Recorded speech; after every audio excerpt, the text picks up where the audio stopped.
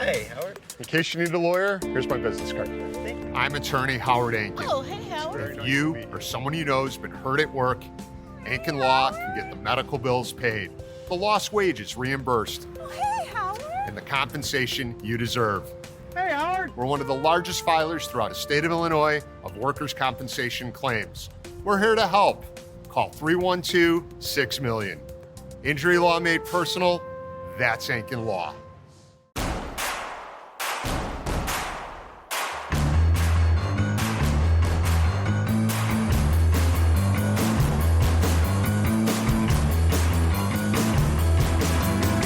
From your favorite source for Chicago White Sox talk, delivering news, interviews, analysis, and more. This is the Sox Machine Podcast with your hosts, Jim Margulis, James Fegan, and Josh Nelson. Thanks, Robin. Welcome to the Sox Machine Podcast. I'm your host, Josh Nelson, and it's Sunday night, September 14th, 2025, as we record this new episode. You know, it's tough being a Southside Chicago sports fan these days. On Sunday, I joined our friends, the Chicago Sports Bums, at the Remova Theater for the Chicago Bears watch party. It was a good time, beer, brunch buffet. That's hard to beat. The Bears game, awful. And as I'm sure you are listening to this podcast, you might have already heard your Bears podcast. And boy, the outlook is bleak right now for the Chicago Bears. I wish I could say it was a good weekend for the White Sox, but it wasn't. They got swept by the Cleveland Guardians. So what are we going to talk about in this episode? There's 12 games left in the season, and suddenly the MLB postseason races are much tighter. We're going to take a look at what's ahead in the American and National League West, but of a lot of tension at the wild card races, with the New York Mets fumbling the bag, and with how things are going in the American League West, a good team making a late run is going to be in the outside looking in as the season concludes. We'll also preview the upcoming home series for the White Sox as the Baltimore Orioles come into town. So let's get started. Joining me are Sox Machine's beat reporter James Fegan and managing editor Jim Margulis. And hello, gentlemen. Jim, the White Sox swept again in Cleveland. As you wrote on SoxMachine.com, they finished 2-11 against the Guardians in 2025. And just like in April, the White Sox only scored 3 runs in this series. So 6 games in Cleveland this year, just 6 runs. Any idea why the White Sox could not score runs in Cleveland in 2025? I'm more surprised by this series than the one earlier in the year. Like, they were better equipped, they had better handedness balance. The Guardians did not add at the deadline. They were not a better team necessarily after the deadline than they were before, although they're playing like it. So, like, I expected, if not an easy series or like not expecting a whole lot of crooked numbers, at least more of a fight. I was expecting, 33 strikeouts against 2 walks the entire series. That was surprising. You kind of looking at it, when you look at the pitch data for everybody involved, the one thing I notice is like the Guardians did not miss low with fastballs. Like, when you look at their pitch maps for all 3 starters, like all of the red 4-seam fastball dots are top half of the zone and above. So that's the first thing that jumps out. If they are an aggressive fastball hitting team, they did not really miss with fastball locations all that often.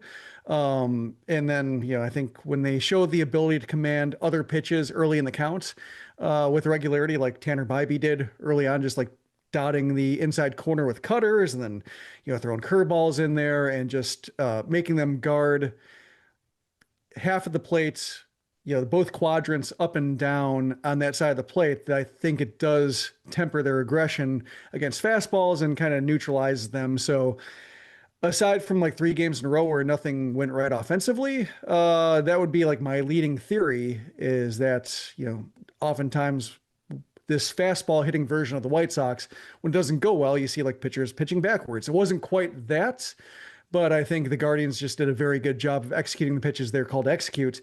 And the White Sox didn't draw it out enough. They didn't have long enough at bats to create mistakes, and they didn't do a good job of hitting like the hittable strikes that were there, just because they weren't maybe the fattest pitches that they could have seen. And I think things snowballed. The White Sox pitchers, I thought in 6 games against the Guardians this year in Cleveland, they only allowed 20 runs.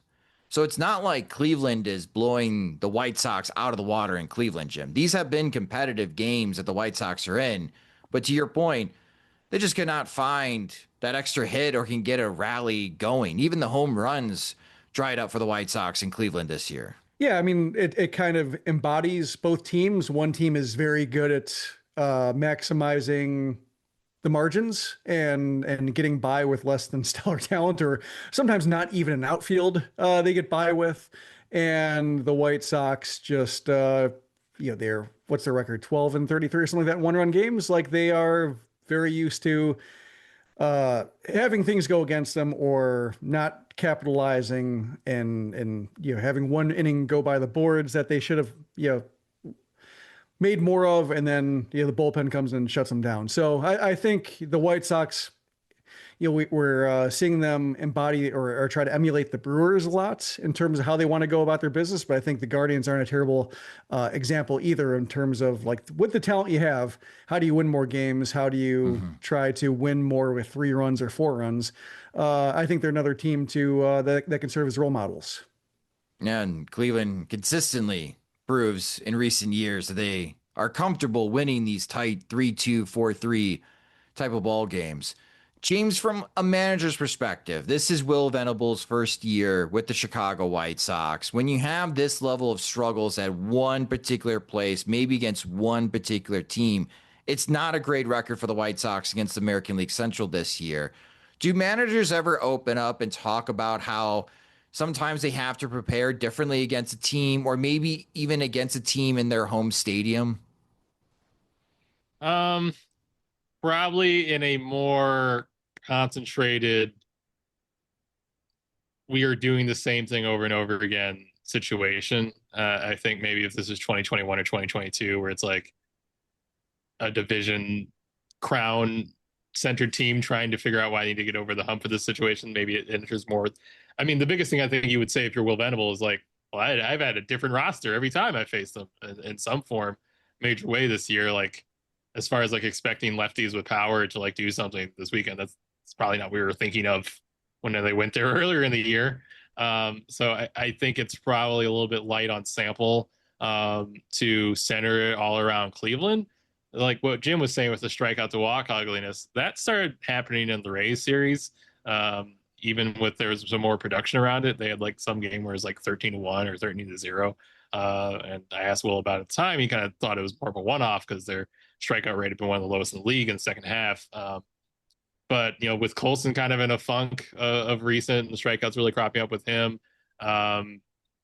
Lenine still being like this extreme chase guy, especially playing a team that like knows him really well and how to attack him. Like, one, he's just going to be kind of a hot and cold player at his current like orientation, probably forever with his approach. So never say forever, Fluine. I just don't think like necessarily what they've been relying on as engines to be the big surge, whether it's Colson, hitting a home run every day, or like the rookie catchers showing like no sign of wear or drip at any point during like their rookie season, in the tail end of it. Maybe that's happening a little bit, in terms of not seeing them have big performances of recent. I just don't think anything they had going was like, well, for there to be a hiccup in this, like, we got to launch an investigation. It's got to be centered around this town. There's got to be some curse here. I just haven't kind of built like kind of the track record to really say it, but when we talk to Will about game plan, or when they seem like they're hitting their head a little bit, he's usually pointing to like, usually the biggest issue is them not performing against the fastball and coming it down to execution. Surprisingly enough, the coaching staff usually talks about execution more than the game plan being like needing to flip in some way. But I think there's generally room in what they've been preaching as far as like being aggressive or taking the opportunities or hitting fastballs to kind of point like, well, we certainly didn't do that as much as we could have at any given like offensive shortfall, and probably be right. This is still not a team that's just like oozing with bat speed, especially losing Luis Robert Jr. So they kind of really have to be pretty keyed up to perform consistently against fastballs, especially the way they were, let alone to do it at an average level like week to week. So they're just not that great yet where they're going to kill it every time out. And they clearly didn't do it this weekend. Like the one example I can think of when talking about opponents and specific ballparks like the Royals in the mid tens of, when they were reaching their peak and just completely befuddling Robin Ventura's White Sox with base running, especially with their just ability to run rampant. I think that was when maybe the White Sox deficiencies were exposed to the point where they had to talk about it. Like, we're terrible at the running game, or they just take the extra base on us every way possible. And usually it takes the form of we have to tighten it up, and they never tighten up. But yeah, perhaps the roster has changed too much in this regard, especially going from like early season, late season, rookies being promoted, veterans being traded, to where just everybody's learning something about themselves every time the White Sox play the Guardians. And they probably individuals have to amass some data points. I mean, sure. I think we all have memories of watching them play in a Coffin Stadium, and like Alex Rios works along at bat and hits like a majestic 450-foot solo homer, and then the next inning the Royals tie it up with a walk, swinging bunt, and a throwing error, and then it feels like you're kind of starting from the bottom again, and like, well, what are ways that we can happen into these runs that they are? But I don't know if there's like the kind of baseline understanding of what this White Sox offense is going to be quite yet to say it. Like to pin down a specific reason why it wouldn't work in Cleveland, other than like, I don't know, they pitch good, they defend well, and it's not a hitter haven. Yeah, because the White Sox did not win a game in Cleveland or Kansas City this year, right, Jim? Right. That's weird. I mean, they won a series in Detroit. Detroit's not easy to hit in either. And then, of course, they won the season series against Minnesota Twins this year. Twins have to feel real stupid right now. But not winning a game in Kansas City or Cleveland this year. So I guess we just chalk that up as that it's odd. Like, maybe it's not necessarily like a White Sox roster issue at this moment, that they have to go in the offseason. You have to identify players that can hit well at Kauffman Stadium or Progressive Field. It's just, we just chalk this up as a weird thing that happened in 2025. I think we say like the biggest thing you hear with young players and how to become consistent and good is like consistency. And these are inconsistent results that come from inconsistent players who are still developing. Chase Mydroth was the only White Sox who homered. Like, how do you? Oh, that's right. They did hit one home run. Yeah, it's like how do you work backwards from that? And I think you just call it weird.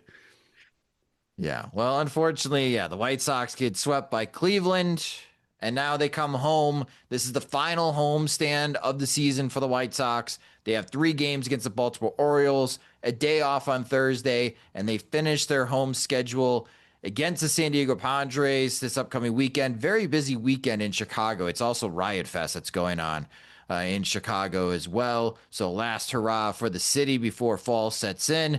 The Baltimore Orioles, 69-80 this year. Last place in the American League East. They have lost their last 3 games. However, their last 10, playing better baseball, they are 6-4. Away from Camden Yards this year, the Baltimore Orioles are 33-42. Season series, the White Sox got swept in Baltimore at the end of May going into June. The White Sox in those 3 games scored 1 run, 2 runs, and 2 runs. So felt like Cleveland last time the White Sox played at Baltimore, getting swept by the Orioles. We'll see what happens this time in Chicago. Your pitching probables for this series: Monday night, September 15th, is Roberto Clemente Day. First pitch is at 6:40 p.m. Central Time. Kyle Bradish will take the ball for the Orioles as he starts to break off some rust for the White Sox against to be determined. For the White Sox, we'll touch on that in a moment.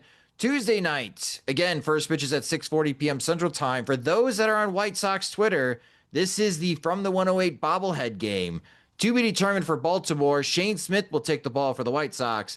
And then on getaway day, Wednesday at 1:10 p.m. Central Time, it's to be determined for the Orioles, and it's Martin Perez taking the ball for the White Sox.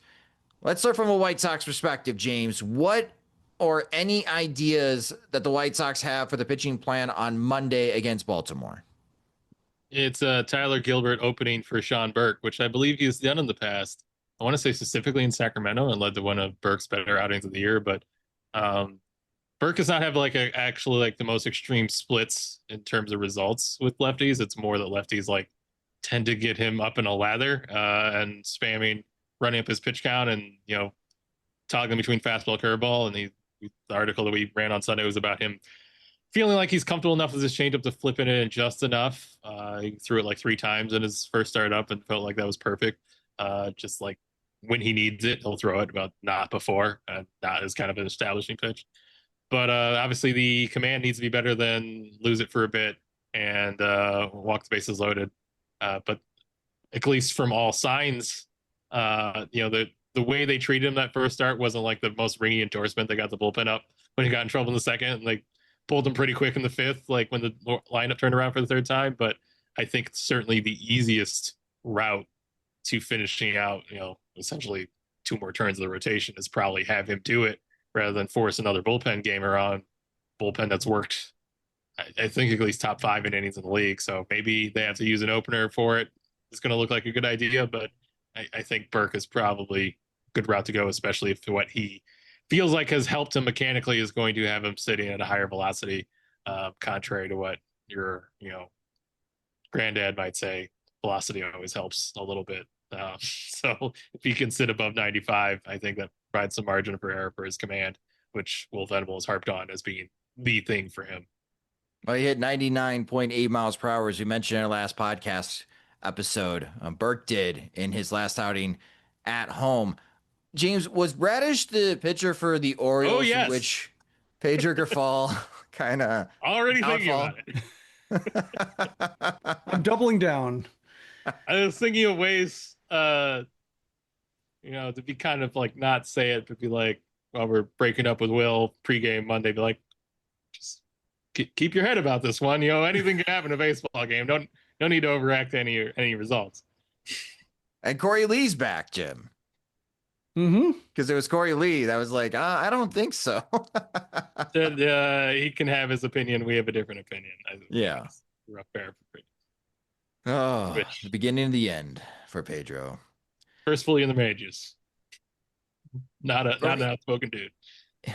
From a Baltimore perspective, Jim, it's been a pretty disappointing 2025 season for the Orioles. We talked about in the last episode that they were thinking about the idea of approaching Josh Barfield for their general manager position, and he declined to interview for that opening. What course of action do you see the Orioles taking in the offseason? Good question. It seems like it's really hard to shake Mike Elias out of his like conservative prospect hoarding mode, like very much a long-term. He doesn't seem like he wants to lose a trade or like is willing to lose a trade. Like AJ Preller doesn't want to lose trades, but he's comfortable losing a trade because he makes so many of them that like he can't possibly go 28 for 28 in his deals, and he makes over the course of 3 months. So like he deals in volume, and ultimately he sees his way of getting better is like things are, there are going to be some ugly turns, but when the smoke clears, my team's going to be better than it was. And I think Elias is maybe on the other end of just being very nervous about losing the wrong prospect and worrying that one's going to backfire on him and he's going to be, have the lesser prospect on his hands. So he just kind of sits on him for a long time. And then, guys come up like, Mayo is one of them. I don't know how many deals he was included in over the years when trying to figure out trade partners to add pitching. And like, he's not making that much of an, impression right now. Like, he's allowed to struggle. Like young players are allowed to take their time getting acclimated, but for a team that's supposed to win now, like when you're not getting those performances from those players you're hoarding, then you do miss out on getting the proven player who doesn't necessarily need that kind of runway to take off. So like I'm inclined, having seen, 2 Rick Hahn rebuilds fail, to where you can't count on a Tiger changing his stripes and you can't count on him changing out of his mode. If he does, maybe it doesn't go well because that's not who he is. I also have the theory, kind of a rule of thumb in that like each general manager gets 5 years. And then like, if it works out well, they get another 5 years.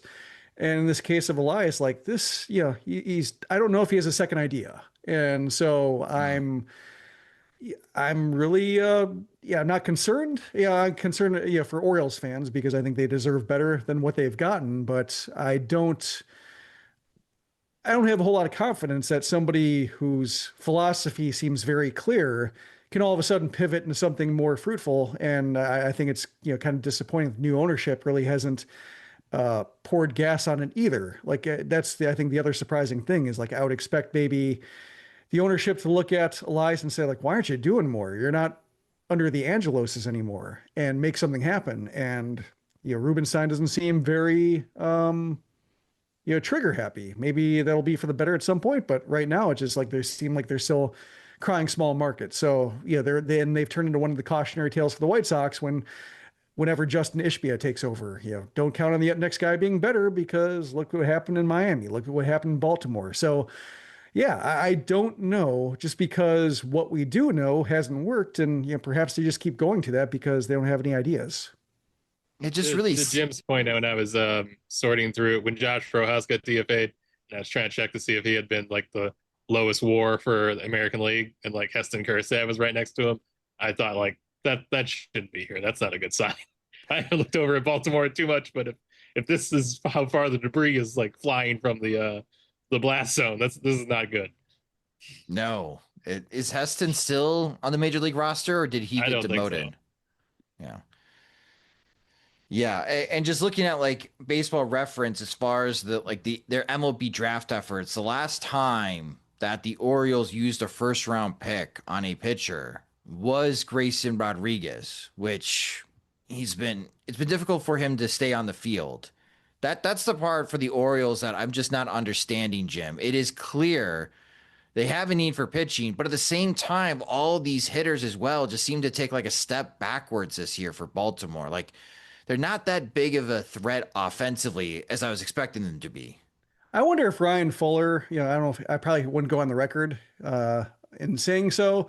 Probably keep it, to trusted contacts. But I wonder if he's relieved to be away from it, because he got all the blame, or the two hitting coaches got blamed for their problems with hitting and with runners in scoring position, and just, clearly, this philosophy doesn't work, and they need new hitting voices. And then they've been, way worse in all regards, like even setting up scoring opportunities. Like, I guess one of my, having seen enough White Sox offenses struggle to even generate opportunities, I don't get too worked up about average execution in such situations until it's like proven, maybe a couple years of having the data that they get on base, they just can't do anything with it, or they're very easy to pitch to in those situations. But I just wonder if he's pretty comfortable now, just kind of going to the roving mode and not having his reputation staked to major league results, when perhaps right now we're seeing that some of the roster doesn't work. I think he's termed it more of being happy to work with young players than free from being from judgment. Or I thought you were going to say something more wild, like what's the pronunciation of the wooden shoe for sabotage, like Sabo, and that he was going to be like whacking the trajectory with it on his way out or something like that. I mean, maybe, since you've entered in the record, let that be clear. Like, James has talked to him, so I assume it's coming from somewhere that he has that in him. I've never seen him wearing wooden worker shoes.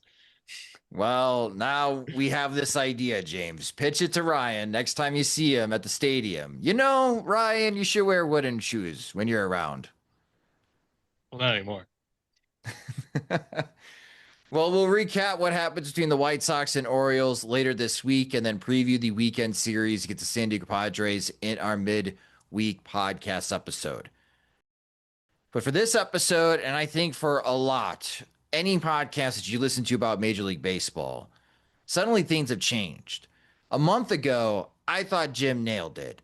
The MLB postseason races really felt like they were already predetermined, and nothing was really too close. Teams that were trying to fight for the division, sitting in second place, still had a cushion in the wild card. There wasn't that much of a worry. Well, now, all of a sudden, things have really turned, especially in the National League, where the New York Mets, I don't even know if the Mets are going to finish above 500. Like, that is a serious question right now. They've taken a big step backwards. In the American League West, the Seattle Mariners have won 9 straight games, and they have overtaken Houston for the first time to lead the American League West since June 1st. And that's where we're going to start taking a look at the playoff races in Major League Baseball with 12 games left to go. And hopefully these races still stay tight because it really makes for great baseball and catches everyone's attention. So other than watching the White Sox develop, there's still a big reason for us to keep watching what is happening around Major League Baseball.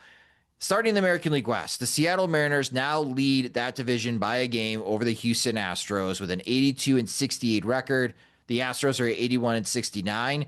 And here come the Texas Rangers. The Texas Rangers have won 7 out of 3. They're 79-71. They're 3 games back in the division, and they're 2 games back of the wild card. The remaining schedule, we're going to hear a lot about this, especially if you're watching MLB Network. Seattle has a upcoming road trip to Kansas City and to Houston. They finished the year 3 games against the Rockies and then 3 games against the Dodgers. That's how Seattle finishes their season. Houston has their last homestand this week. It's 3 against the Rangers, 3 against the Mariners. So a lot of attention in Major League Baseball will be in Houston this week. And the Astros will finish the season on the road, visiting Sacramento and Anaheim. And for the Rangers, again, 3 at Houston, and then at home, 3 against the Marlins, 3 against the Twins, and they end the season 3 games at Cleveland. Seattle owns a tiebreaker over Texas. Texas owns the tiebreaker over Houston right now in case if these teams tie for the division lead, because again, there's no game 163. So Jim, I'll start with you. When it comes to the American League West right now, who are you most confident in winning this division? Nobody, just because I've always gotten this division wrong. Like every time I'm about it to is say, hard. Yeah, like the Rangers, I was ready to count them out because they just lost so many people. Like they lost Nate Eovaldi, they lost Marcus Semien, they lost Evan Carter. They've lost names they were counting on. Like if you expected a Rangers resurgence, you would expect like those 3 to be at the center of it, and then they all end up on the injured list, and then they're playing their best baseball. So like I've given up on them in a good way. Like just like I don't know, I'm just going to check the box scores every day and then see what happens and be surprised no matter what. I guess the one thing, it makes sense that they're somewhat in this random mode because like Jake Berger went off, or he's been going off with power. He seems like the guy you want in this kind of situation when you just need impact. Over the full season, been kind of a disappointing year for him, but he is still capable of having like 3 great weeks where he hits the ball 117 miles per hour and terrifies the outfield. And it just happens to be like in his first year with the White Sox, like perfectly timed to be exactly what you need for a short burst. And like the Rangers need it right now. So that's really cool to see. Happy for the Mariners, given that they added the deadline, that they had a really aggressive deadline. I want to see that pay off. So I am pulling for them, I think, of those 3 teams. But yeah, whenever I express confidence in one team or another, it inevitably I think Jeff Passan too has had this problem of just it inevitably backfires and you look foolish like within the week. So I don't know, but I have reasons to like pull for individual teams, but feeling like one is better than the other, not so much. But I am hoping for Seattle just because of the very sensible deadline that they had that was exciting, and they had every reason to do it, and they did it. And as we just talked about the Orioles, that sometimes doesn't happen. So when it happens, you try to celebrate it. So go M's. James, how about you? How do you feel about the American League West? Well, my cousin is a big Yankees fan, and he wanted me to tell him who was going to be in the World Series, and I picked the Mariners because I knew if I picked the Yankees, he wouldn't take me seriously because he has this undying skepticism of them. I think has been there since like 1997 and survived and even gotten stronger through multiple World Series championships. So I feel like it's pretty coin flip in a lot of ways. And the Astros, you kind of aren't really banking on anything rational there. It's just their track record of survival. Theoretically, they shouldn't have had the horses to get this far with the Rangers and their injuries. It's such a short period of time that's kind of within the margin of error, but I think the Mariners are the team that has like the elite players still standing and in operational order where you can see them kind of being able to accelerate to a degree that other teams shouldn't have at this moment. But it's 12 games. It's 12 regular season games at the end of September. A lot of weird nonsense can happen, and it won't necessarily be a pure meritocracy from here out, which is kind of why the sport is fun. And to that point, like, I feel like Houston, when you're looking at the remaining schedule, should have the edge, even though Seattle does have a series against the Rockies, because you're hosting the Rangers and Mariners at home. And then your road games are at Sacramento, which who knows how those games will go. The Athletics have been hitting really well at home as of late. And then 3 games against the Angels in which they're running out of players to even field a team. I don't even know who would be on the Angels for these final 3 games. I feel like Houston should have the edge in the remaining schedule just because they are hosting the Rangers and Mariners at home. But to James's point, Jim, there's not a lot of rational, because even here, also your point, like the American League West has been so random. It's been week by week, it seems like this year. I guess if you're looking for like one reason why it's, if you're looking, try to not just write it off as random and look for some kind of through line, like Julio Rodriguez looks great. He's looked great for the second half, and theoretically he's been sold as that kind of superstar, the kind of galvanizing force, up the middle player, tremendous offensive ceiling. Hasn't really happened in a way that's been satisfying to where you start questioning, like, oh, is he just a good player, but not like a superstar that deserves like the mega long contract? And like, he's lived up to that in the second half. And like, given all the other ways they fortified their roster and Cal Raleigh setting records for switch hitters with homers, like it does seem like Rodriguez realizing the potential he's had all along at this given time would be something that would put them over the top in a way that they would eventually get to distance themselves from the rest of the division. And then you wait for October, that randomness to happen. But right, I do like that angle as far as why this is meaningfully different as opposed to just Seattle being weird. From doing the Astros prospect list, I have too much carryover memory of 6 or 7 different guys where it's like, I don't really think this is regular here. As of list publication, he has been called up and put into emergency duty, and just thinking that this seems like it's at the end. But it's never at the end for them, so who knows? Well, over in the wild card, so whoever wins division is looking to be the number 3 seed in the American League, as Toronto and Detroit have a pretty firm grasp on the top 2 seeds. Right now, if the season were to end today, the postseason will be going through Toronto.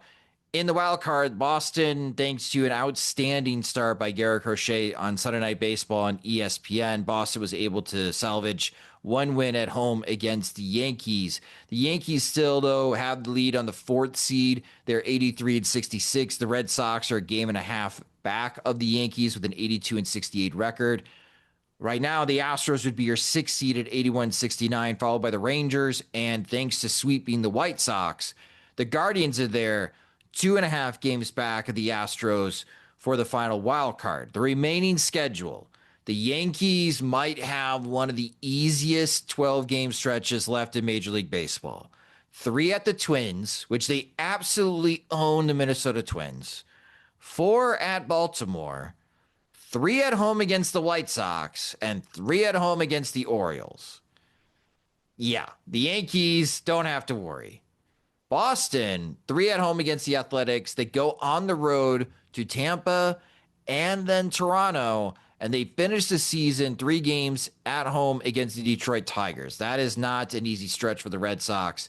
And then the Guardians have a road trip coming up, 3 in Detroit, 4 in Minnesota, 3 at home against the Tigers again, and then 3 against the Rangers. That's also a tough stretch for the Guardians. Jim, let's keep it within the division. Looking at the Guardians, after sweeping the White Sox and being 2.5 games back, are they a serious challenger here of sneaking into the wild card? I don't think so. Just because it is unimpressive the way they win, and there's a talent to that, but also they're below 500 against all the other teams besides the White Sox. Like they're 67, 69. We've seen the Twins kind of run out of steam the same way, just beating up the White Sox and not quite getting there. And given the strength of the teams, given that the Rangers are in between, if maybe the Guardians were the nearest team to the final wild card spot, I could see a stronger argument, but just having that fourth team in the way, also playing well, uh, I don't see enough that's impressive about them to really stand out or believe that they can do it, aside from just being a well-rounded team baseball playing team that doesn't lose games, but they can be beaten. Do you agree with that, James? Yeah, I mean, at this point, the AL has been. I certainly don't see it on like their own merits of like, oh boy, this looks like such an exciting operation. I certainly think there's like instability with. I tried to assure my cousin that I really didn't see the Yankees like falling out of the sky any further than they did, but like in terms of like, could the Astros fall apart? That like opens up that that final spot, or even could have the Red Sox been weird enough this year, and obviously dealing without Roman Anthony, not really having like a very consistent offense since then. It's unstable enough that they could sneak in. Certainly, I don't think they're like in division range, but I think they can kind of, over the course of 12 games, especially with like how consistently they like keep low scoring games in play, I could see them treading water in some way that, puts them around to be opportunistic, but I don't see like a 9-3 surge necessarily. Though I think like Guardians have like aggregated one of my tweets in like their 2022 like division celebration graphic at the end. So I'm worried about please just cite Sox Machine if you do it again this time. I did not know that. Again, the Guardians have won 9 of their last 10 games. They are on a 4-game winning streak right now. So they are one of the hottest teams in Major League Baseball entering this final stretch. Jim, I know you've been a critic of the way that the postseason has expanded because it could allow a lesser team into the postseason. But the way that things are working out in the American League, I'm thinking it's going to take like 89 wins to be that 6th seed to make the postseason. Is that a good win total to earn that postseason spot? It's better than it looked, with especially with the Mariners picking it up and, the Red Sox doing the same. Like when it looked like it was like 83 and the Royals were a legitimate outsider, like outside the bubble, but looming like 2 games out. That's when, I think the Royals are probably the bar for. They've been competitive, feisty, but also some glaring weaknesses that they can't score. Yeah, they can't score. Yeah, the outfield has been like Caglione didn't solve it. So like they're 2-horse offense. Something that works for Cleveland or has worked for Cleveland for long stretches of time is not working for them. And so, to see them at 500 and see them 6 games back of the wild card spot, like that makes me comfortable. When they were just looming on the outside and kind of jockeying back and forth to Cleveland, that made me think like, why are either of these teams around and able to factor into the postseason? So it is better. In the case of like the National League, which we'll get to, with the Mets, like somebody like begging to take the 3rd wild card spot. That's like, why even bother having 3 at that point? Like just have a bar that they need to clear. And if they don't reach it, then extra bye or figure it out. But that's when it's disheartening to know that one of these teams will get in. So you both like the Mariners to win the American League West. Do you think the Astros hold on to that final wild card spot, Jim? I'll say yes, just because I don't necessarily understand how the other teams are doing it. I don't understand the way the Astros are doing it either, but in case of the way they performed and the way they've overcome self-inflicted wounds before, like I trust their track record in confusing me more than the other 2 teams. I mean, the Mariners have been underperforming and disappointing for decades, like with far more loaded rosters than this one. Like the level to which they won with Alex Rodriguez, Ken Griffey Jr., and Randy Johnson. It's astounding. I don't even understand how they're 82 and 68. So and I feel like I'm kind of touching the hot stove for like a 17th time by being like, why wouldn't it work? While looking at the roster and ignoring like 30 years of it not working. So I don't know if I like the Mariners to do it. I think they should, but I've thought they should for a while. I really don't know how they wasted all of Jay Buhner's prime. We're really going to open it up. I just write it off as travel, like plane miles, I guess. Okay. Yeah. That's better than Witch's Curse or the other options I'm kicking around. Yeah, I'll say the Astros just because like they can't be killed. They'll find themselves into a postseason somehow. And not really that bullish on the Guardians, who obviously, we saw their ability to kind of pitch around it, this weekend, but they did take big blows to their depth in ways that you could see it even manifesting in terms of like running out of gas in the final week, with the way they just had holes punched in their pitching staff. So, as a betting man, I have a Texas Rangers winning the American League pennant bet that pays out 25-1. So I am rooting for the Rangers to sneak into the playoffs. So let's go, Bruce Bochy. Work your magic. Figure it out. Win that series in Houston. They may have to sweep the Astros. I thought that was an Emmanuel Clase reference. No. Going from Guardians too. as a betting like, man. wow, smooth segue. Smooth but brutal. But it would be, that's one reason why it's cool to see the Guardians doing what they're doing, because everything they overcame. Yeah, and just such a stupid mistake, and seeing the individuals like suffer consequences, but like the team being like, yeah, pretty dumb, like but not bad enough to sink it, because like if individuals are falling prey to gambling, it's just another thing that can motivate them. Is like, you are replaceable no matter who you are, no matter like being an all-star closer, Cy Young vote getting closer, and you shoot you basically like destroy your own career, and then they move on without you. Like, yeah, not a bad motivation to stay. I do feel connected with the Guardians, and we both overcome getting nothing from Lane Thomas this season. So how is that? I'm. They should aggregate stats if they make the. Yeah. How's your fantasy team doing? Into the finals. Thanks for asking, Josh. Wow. Congratulations. Your strategy's working. Be awful or be mediocre. 13-9 was good enough to win the worst division in the league, and now we're on to whatever team I play next. All right. Texas, that's how you need to be for me. All right. Follow the James Fegan path. Sneak in and win the American League pennant for me. That'd be great. That's right. And hey, is it on the agenda? But I don't know. Shane Smith's been great recently. That's all I'll say. You pat him on the back when you see him.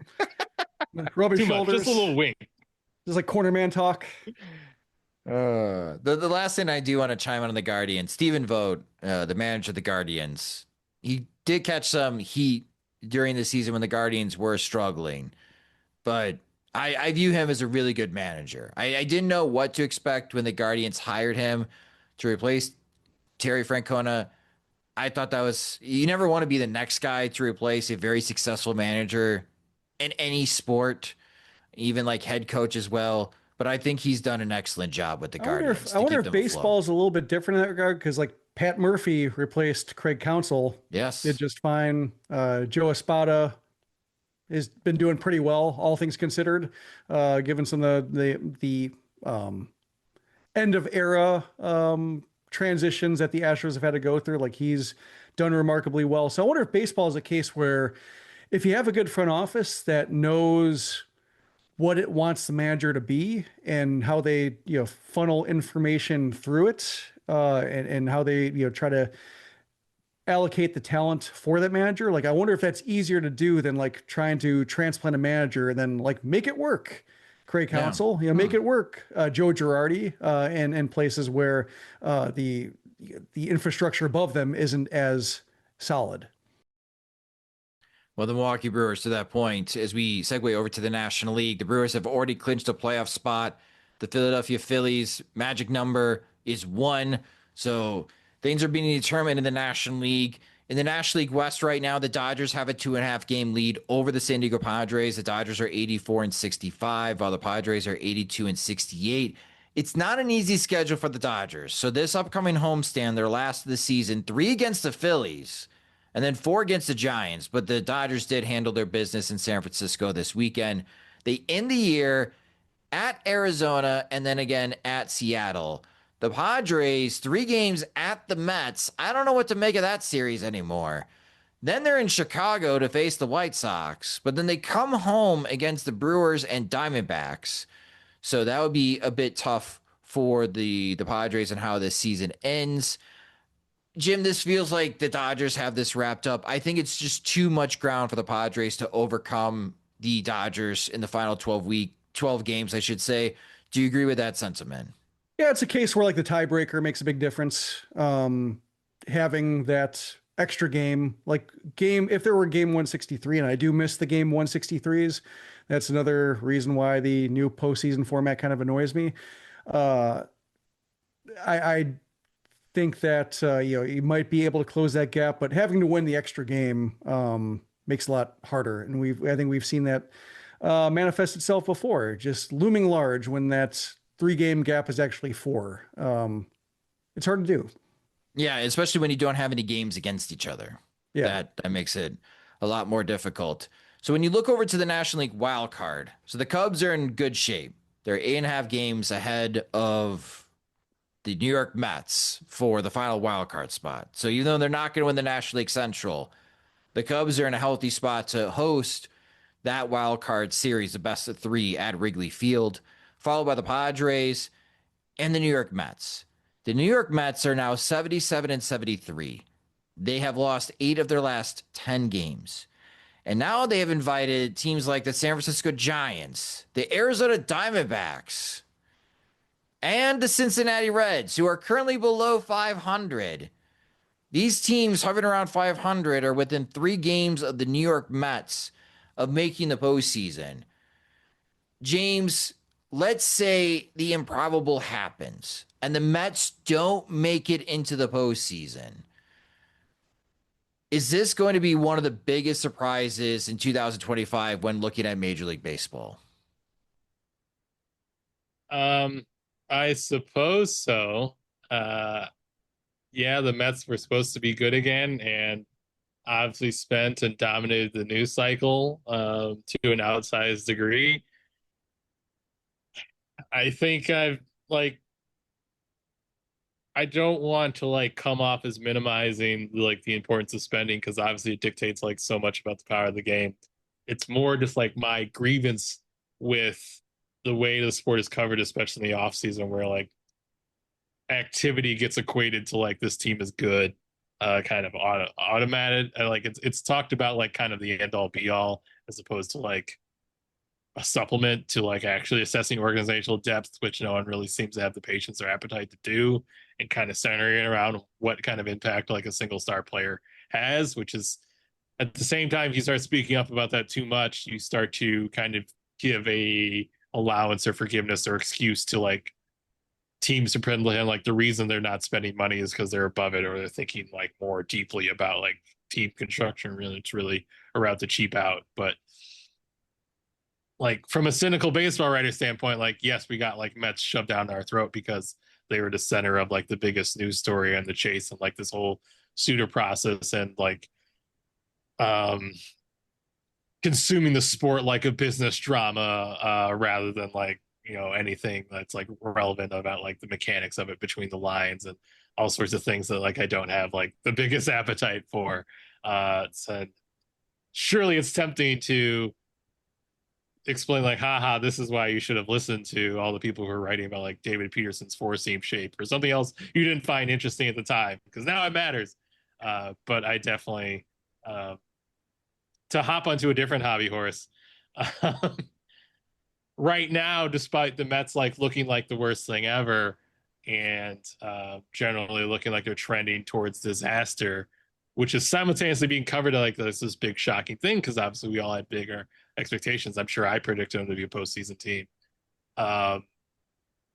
That's coming alongside some national writers I've noted saying why do Fangraphs playoff prediction odds still have the Mets evaluated as likely make the playoffs? Can't they see that they're just falling out of the sky?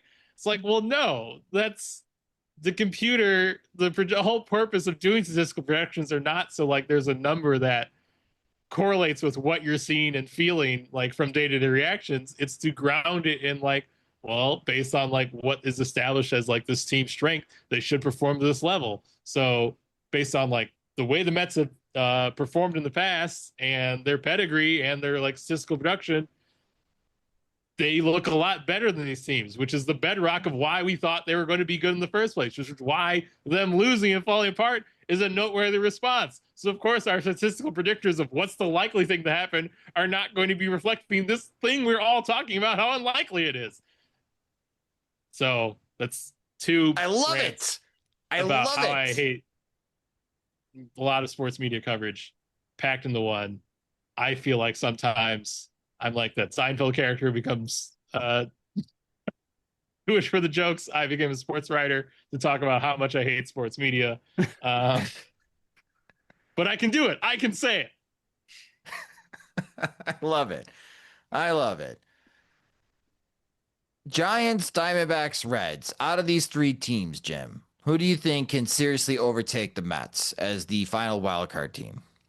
I feel like they're not going to overtake the Mets as so much as the Mets are going to slip under them.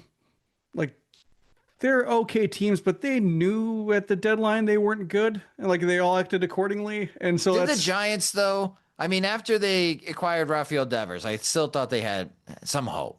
I mean, like they were well positioned in terms of like adding Devers. Yeah, that's a long-term play. Right, yeah. But they also, they at the deadline, they're like, this isn't quite working out. We have Devers, but now we're in terms of short-term plays, not necessarily going for it. So the Reds, like they had a bad offense. They didn't do anything to address the offense. The Diamondbacks trade players. Like, I'm not pulling for any of them. Like, in terms of motivations, like I like seeing like the Mariners case of just a good team fortifying itself, exciting its fans, and then a payoff for those fans and the decision makers. So this does nothing for the whole make a good team better mindset that I have when teams can back into the postseason by accident because of like the Mets. I think the surprising thing for me is like not the Mets are collapsing, but like they're collapsing twice. Like that they had the scare in the middle of the season and you think like, oh, they normalized like the Yankees normalized and the Yankees had that scare at the same time. And now the Yankees look like, if not what they hoped they would be by winning the East, at least like a good baseball team that's going to be in October and has as good a chance as anybody. Like the Mets, to have that happen twice with the resources they have, I think that's the shocking thing. And, giving Carlos Mendoza the vote of confidence is kind of fascinating in that market. Speaking of like transplants, David Stearns, like going from, Milwaukee to the Mets, it worked for Andrew Friedman and the Dodgers. So, perhaps it will still work for Stearns, but in the case of like one market and one market's pressures being vastly different from the other market and its pressures. And I think with Friedman, the fear was like, how is he going to spend when he's so used to like not having money to spend? Is he going to like go into a whole bunch of bad contracts because he doesn't have this governor over him? And like that didn't happen with him, but maybe it's to a certain extent happening with the Mets of just being pressured to spend and pressured to add and make big news. And like maybe it's a case of Stearns getting his sea legs when it comes to having a margin, but also like still sticking within like a budget of making sure that you're not paying just excess for okay players and committing the playing time for those okay players. Yeah. Look at the games that are remaining, because the Giants this year finish at home with 3 against the Cardinals and 3 against the Rockies. They have a tough road trip. But James, I know you've been on the Diamondbacks bandwagon at times. I'm not sure how they're doing this. What would it say if the Diamondbacks were to catch the Mets and make it to the postseason, especially with the teardown that they had at the trade deadline and still making the playoffs? That would be amazing. I don't get to watch them a lot. Obviously, like their offensive tools. Yeah, Corbin Carroll's been red hot. You check in with some random game. You see something that may not be their typical thing. But I watched the end of a Diamondbacks game, and they tried to protect the 2-run lead with Jake Woodford. I don't see them overtaking the Mets. Josh, back to you. Oh, No confidence in Jake Woodford. Wow. Well, he faced 4 batters. He didn't get anyone out, and they lost the game to the Twins, Yeah. Yeah, we've who seen that. don't have a lot themselves. No, Right they now. don't. No, they don't. All right. So the Mets should hold on. I think the Diamondbacks are a pitching staff where you maybe seeing what they've traded away a little bit. Okay. Yeah. in their from the relief corps. Yeah, we saw with the Tigers a little bit last year, like trading away, giving up on the season, and like rallying. And a lot of it was just very successful problem solving. But also I think it showed just how unlikely the Tigers run was, that they were able to staple together so many effective pitching games with leftovers and 2 innings at a time, which nobody counted on. And I think it was hard to do last year. So Hinch deserves a lot of credit, and the Tigers backed it up really well by adding and getting next steps in development. So they, I think, are a pleasing counterpoint to the idea of just sticking with what you have and playing the long game. And like they've stuck with players that they have, but also like they made Spencer Torkelson earn it. They made Casey Mize have to go from the outside in, and Matt Manning shedding him when he wasn't working. Like they've been able to shed parts and they haven't worked, and I think that's something that's worked for them. And then lastly, with the National League, you got Bob Melvin in San Francisco. You got Terry Francona in Cincinnati. Do you guys see either of them suddenly finding the magic in these last 12 games and motivating their team into the postseason? Will that be a factor? I doubt it. One, like, I don't know, Melvin's looked a little, I should have better sources than just Tom Fornelli texting me complaints as he tries to pretend to be a Giants fan. But he seems a little like slow on bullpen moves compared to like the modern game a little bit. It's more like 2018 approach there, and sometimes the rotation dictates it, but sometimes it doesn't. Terry Francona, just that Reds team hasn't, not to take anything away from him, but it hasn't had like this jolt in response to like, oh, we got our act together in some measurable way now that we have this Hall of Fame manager all year.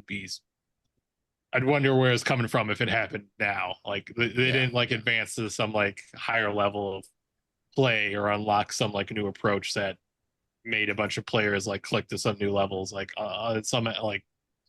in some respects, like they've had a bunch of guys who I thought were really going to hit, like Spencer Steer or Christian Anacino-Strand, who like if it started coming together at any moment, I would be like, yeah, just like I thought. But like, why would it happen in mid-September? I'd be a little, if it hasn't kind of clicked all year, I'd be kind of surprised. Other than health. I could see like maybe the Giants, just because they've overperformed in their unique run scoring or offensive environment. Their success doesn't often look like traditional success. So, in a season where you're not seeing anybody want this spot, like I could see and the Giants have some good name brand frontline players still around too that can, drive the offense or the pitching staff for a week or two. So I could see them mounting a threat based on what they have and what they've been able to do, but they also weren't particularly interested in doing it until like the Mets, just open up this opportunity for them. So I think, to go back to what I said originally, just it'll be more about the Mets just being a story that's going to resonate for years among that fan base of just like, why bother caring about any team? Remember the 2025 Mets? Just the way like they, Carlos Beltran looking at strike three, just they have specific failures that just never get forgotten. And this would be one of them. Yeah. Teams piecing it together in odd ways. The Padres have gotten 8 2/3 scoreless innings out of the bullpen recently from White Sox 40-man roster move legend Ron Marinaccio, who just got called up, who I think like was a part of like 6 White Sox roster moves while never pitching. So even the teams that are seemingly secure in the race are kind of throwing the most desperate things at the wall in terms of like how they were acquired and where they came from. Yeah, I'm going to save that conversation when we actually know who makes the postseason. The playoff games could be chaos, especially on the pitching front. The Tigers, they got some good news with Tarek Skubal, because if they lost Skubal, I don't know what they would be doing heading into the postseason. That would be sure it's nothing that will pop up again over the course of no 30 to 40 more extremely high leverage innings. Nope, not at all. Pitched at maximum intensity.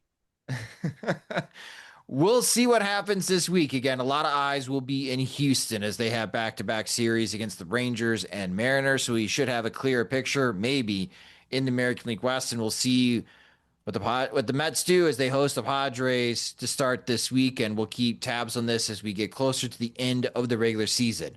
But that will do it for this episode of the Sox Machine Podcast. Thank you guys so much for listening. If you just discovered the Sox Machine Podcast, you can subscribe to the show wherever you listen to podcasts, such as Spotify and Apple Music. You can also listen and watch the show on our YouTube channel at youtube.com/Sox Machine. We're on social media. We're on all the platforms at Sox Machine. James will be at the stadium this week. You can follow him at JR Fegan. You can follow me at SoxMachine_Josh. We are expecting the end of the season press conference with Chris Getz this week, James? Friday. So again, if you're not following James, make sure you do. And of course, James will have all of those quotes from Chris Getz on SoxMachine.com.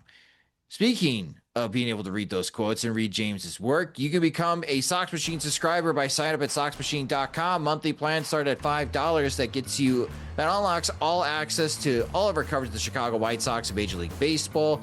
Also gives you the ad-free version of both the podcast and the website and access to the comment section. We do have a couple spots open at our Veterans Committee, so if you want direct access with the group chat to James and Jim, and also be asked for advice on how we do things at Sox Machine with the offseason coming up and getting ready for the 2026 season, we lean on our VC members for feedback and advice. We do have some spots open. You can inquire at SoxMachine.com. The Sox Machine Podcast is a production of SoxMachine.com. You're on for all things Chicago White Sox baseball and part of the Blue Wire Podcast Network. Alongside Jim Margulis and James Fegan, I'm Josh Nelson. Thanks for listening and watching.